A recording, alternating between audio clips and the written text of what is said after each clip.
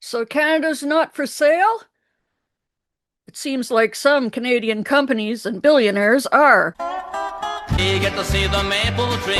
Right when things are getting really tense in the States over ICE killing citizens in the street, it's a disgrace. Three stories have come up in Canada this week. Apparently, one Canadian Vancouver-based app called Hootsuite has contracted with US DHS and ICE, providing them with data and monitoring of social media. Hootsuite sounds like a place where your average a-hole would be drawn.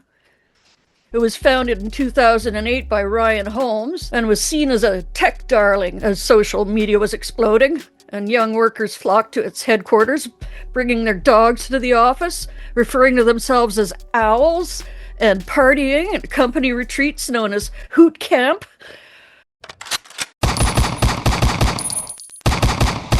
The company promoted diversity and inclusion on its website, and one of its core values was to give back to our communities and be an ally. But then they started having money problems, financial and operational management crises that led to turnover in their executives and mass layoffs, scared off a bunch of investors, and they couldn't increase their revenue in competition as social media began to grow. And so they tried to sell the company in 2018 or 19 and failed to reach their asking price of US $1 billion.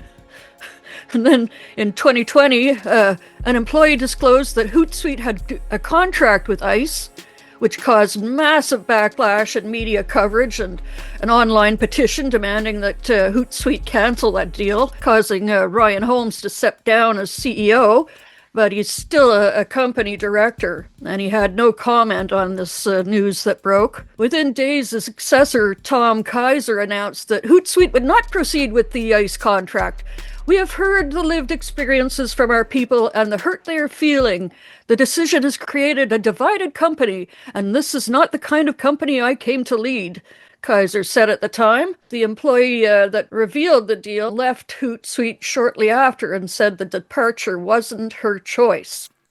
Oh, hell no! Just 5 years later, after Fidelity Investments cut the value of its Hootsuite stake to $19.2 million from $25.1 million, forcing a 20% layoff, Kaiser was replaced by Irina Novoselsky. Novoselsky is based in New York City, and she and her family are refugees from Ukraine. Her family arrived in the U.S. when she was just a child. Isn't that ironic? Damn! I'm sorry. And she likes to say that if you're born into the wrong place, it's very difficult to get out.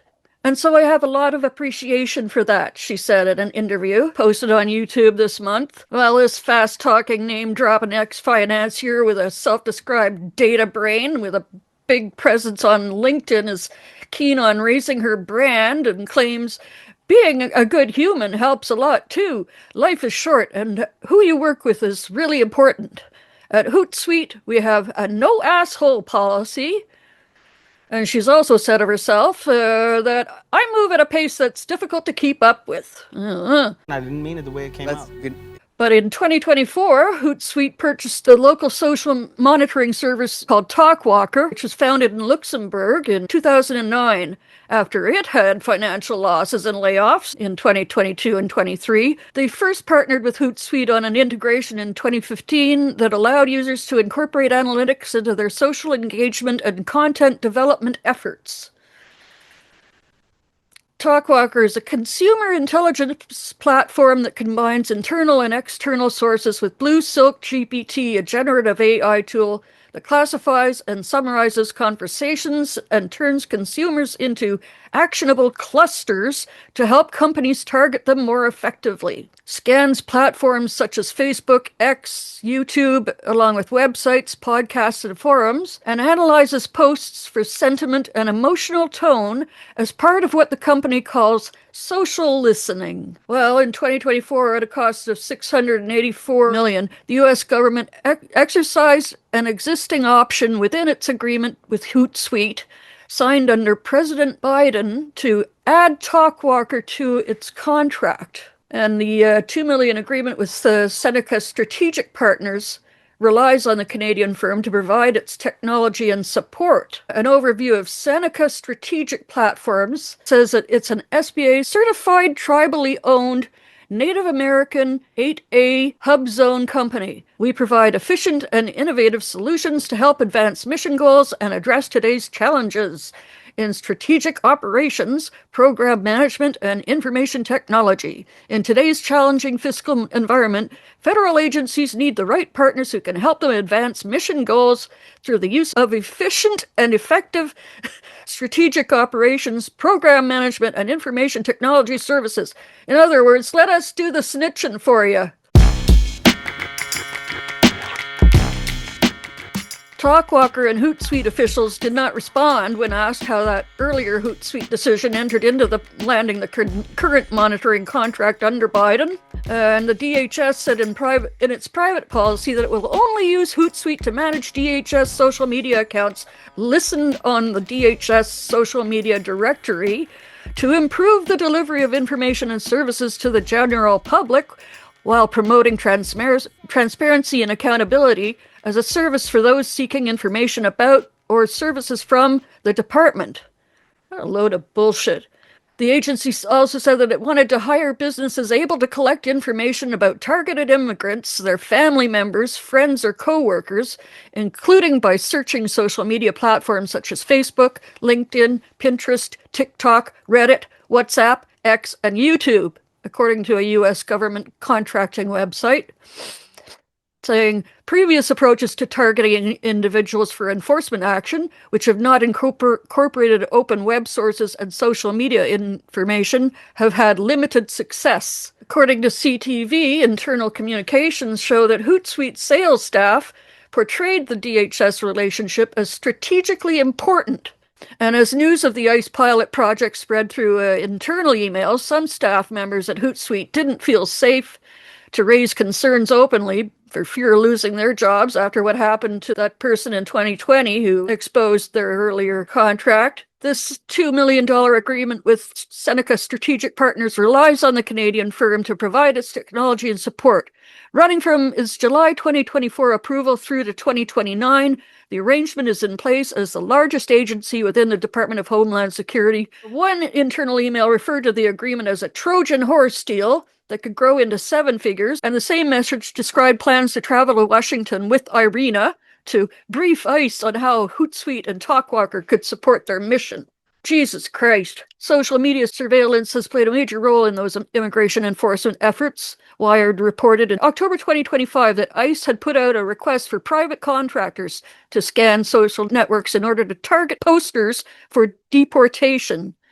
DHS also promoted its enforcement tactics on social media with edited clip reels and even AI images mocking those being deported. Sick bastards, all of them. The company serves major brands like Adobe and IKEA, according to its website. So we know who to boycott, guys. Fuck Adobe and IKEA if they're going to support this shit too. And as if these dealings with ICE weren't bad enough, additionally, this week it came to light that RTL, U.S. government procurement records show that the department laying out plans for a rush order with the equivalent of about 10 million Canadian for 20 Senator Stang emergency response tactical vehicles, some of which were spotted in Minneapolis this week. Remember in December when I reported for the Tyee that a Canadian company, Rochelle, is supplying armored vehicles to ICE? Well, here's one of those ICE vehicles on the ground in Minneapolis, right by the site where ICE had just murdered Alex Preddy.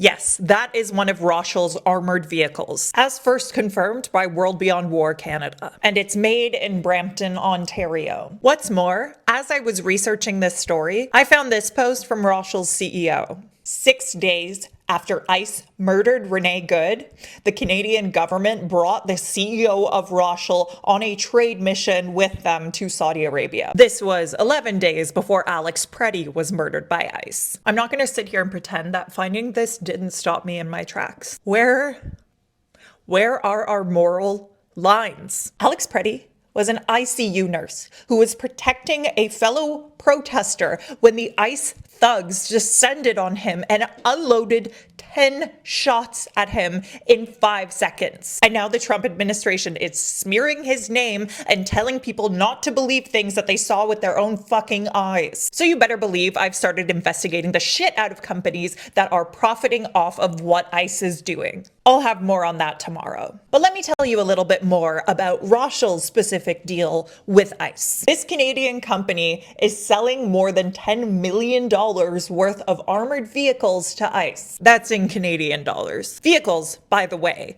that can stop 50 caliber rounds and protect its passengers from bomb blasts. I wrote at the time about the already disgusting tactics that ICE had been using in its mass deportation campaign. And I also reached out to the Canadian government because Rothschild had recently registered to start lobbying them. I asked the Canadian government if there are lines that they will draw in working with Canadian companies who are also profiting off of the more egregious aspects of Trump's regime. They didn't answer me. I reached out to the Foreign Affairs Minister's office again yesterday because I wanted to know if the Canadian government intends to do anything about the export permits that it grants to companies selling to ICE. More than 24 hours later, I still haven't received even an acknowledgement. I also reached out to Rothschild to ask about this, and they haven't responded either. But I guess I'm going to go ahead and keep my expectations low when you consider that this government once again brought the CEO of Rothschild on a trade mission 6 days after ICE murdered Renee Good and 11 days before they did it again. Shortly before publishing this video, I reached out to the office of the minister who led that trade mission, so if I get a response, I'll update you guys. Oh, and as for the premier of the province where Rothschild is based, yeah, Doug Ford called ICE's purchase of Rothschild armored vehicles fantastic news.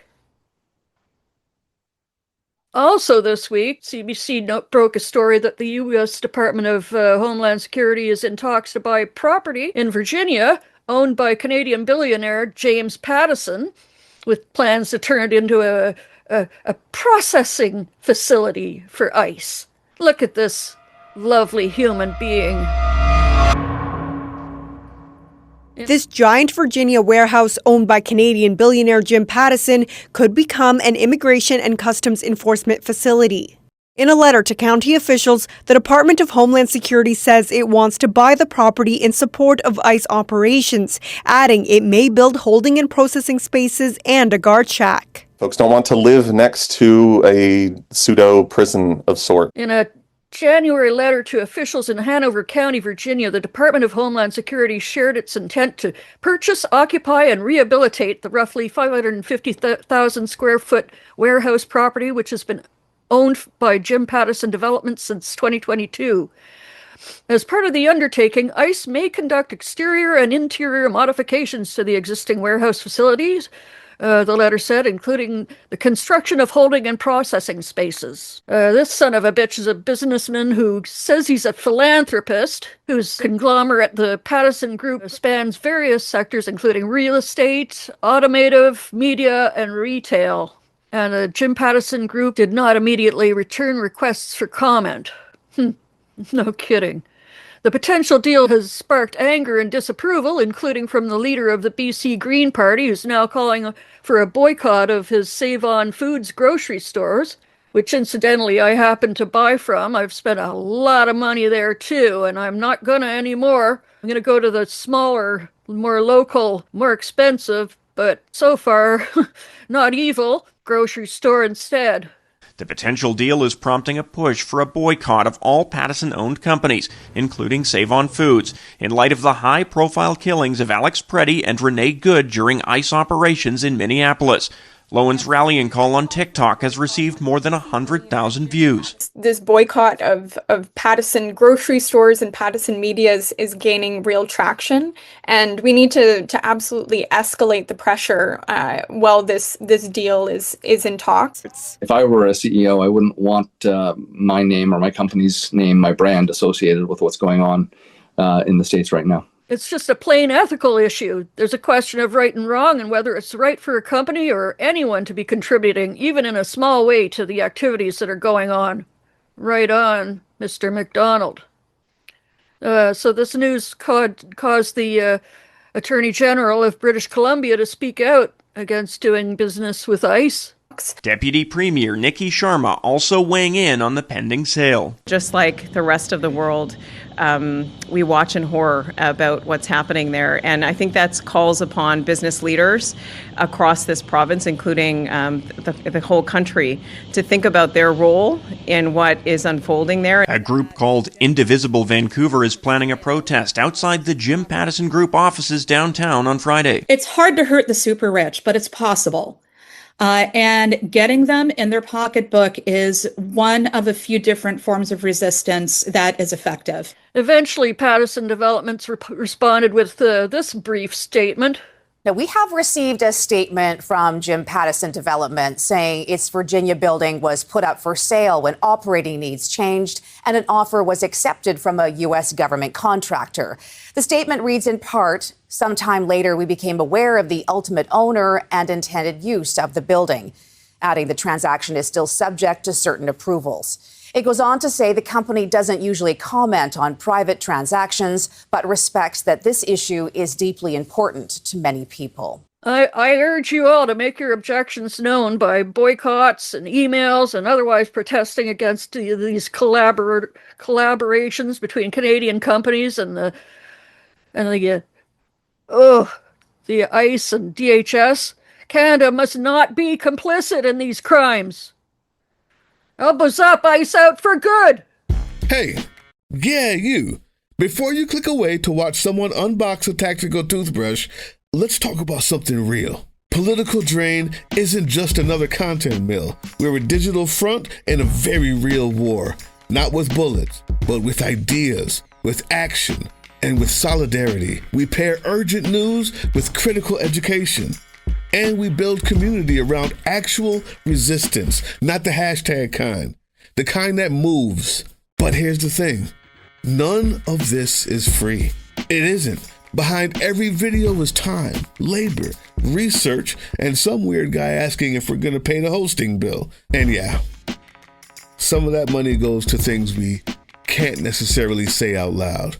If you know, you know. Let's just say, our special ops aren't Call of Duty LARPers. They're people making real moves to protect, uplift, and organize. You're not just funding a channel. You're funding a resistance network in a world where capital still calls the shots. Unfortunately, in a system built on artificial scarcity, even mutual aid has a price tag. And if we want to grow, if we want to win, we need your help. We need your help. So if you've got even a few bucks to spare, toss it our way. It's not for ads, it's not for merch drops, but for people making moves in the shadows so others can do it in the light. It's just us and you.